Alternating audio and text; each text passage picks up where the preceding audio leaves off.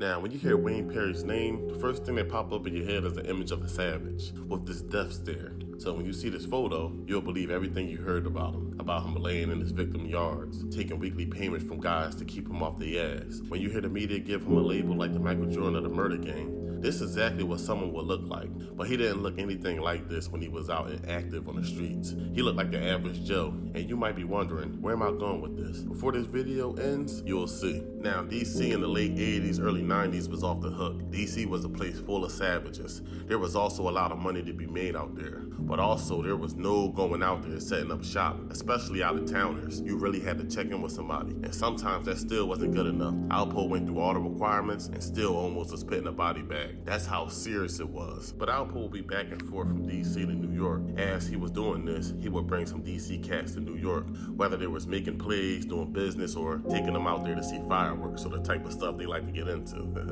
Now, he would have guys ride with him, such as Big Head Gary and all of them. Now, when Alpo still had people in New York he would go see, and besides Gary, they would see this tall, goofy-looking dude that was rolling with Poe from time to time. And you could tell he wasn't from New York, he was out of town. His whole style was different. He was a cool dude, good sense of humor, he was always bitten. He didn't walk around mean mugging, he was laid back. No impression of a gangster at all. Nowadays, dudes would try to dress and portray an image that they think a gangster should look like. Having dreads, tattoos on their face, and those face masks. It's really a costume if you ask me. But anyway, them New Yorkers had an idea what was going on in DC, but didn't know that the guy that looked normal rolling with Poe was a guy that was terrorizing the whole city. The same city where you could lose your life making an honest mistake like stepping on someone's shoes. The same city where kids went to war with grown men. You had youngins like Shorty Pop in the same conversations as some of the hitters from out there.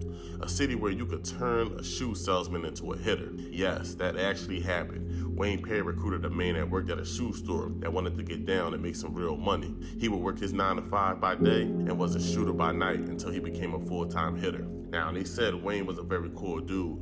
Alpo said he was a prankster that loved to have fun. They said he could have been a comedian, as he would keep them laughing all day when they was out in the mix. And they said the ladies loved him also. They said he was cool to hang around. He was smooth, he was slick. So Poe said out of all the hitters in DC, he was the nicest one he ever met. An FBI agent described him as very polite, charismatic, and engaging. Was it real, or was it just one of his tactics? You know, appear nice to get your target comfortable so you can make your move. Now, we all know the saying, it's usually the people that's the closest to you. Now, who do you let get close to you? It's usually someone nice. And if you really think of it, every gangster's a nice guy. You had guys that passed out turkeys and would, help ladies carry their bags. So Alpo calls Wayne Perry one of the nicest guys he ever met. I mean, if he was paying me thousands of dollars, I'll be one of the nicest he ever met too.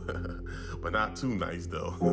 But they didn't know each other for 3 years. That's pretty much the same situation he had with Rich. They didn't really know each other for that long. If Rich didn't have the bricks and Wayne wasn't feared, there's really no point of the friendship. Now, was Wayne being nice to get close to Alpo? Well, they was already close. They slept in the same room time to time. But was Wayne posing as a friend to get Alpo to let his guard down? And how long it would took for Alpo to get too comfortable? He already didn't trust Wayne. He would take the clips out of the guns when they would share a room to test Wayne's loyalty.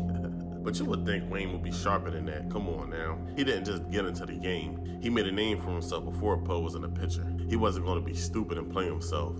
If he was to try something, he would have a gun around that Poe didn't know about. Now, in that line of work, you're either a great earner or a great hitter. Alpo Martinez's absence showed that fear and skill of handling a firearm could only get you so far.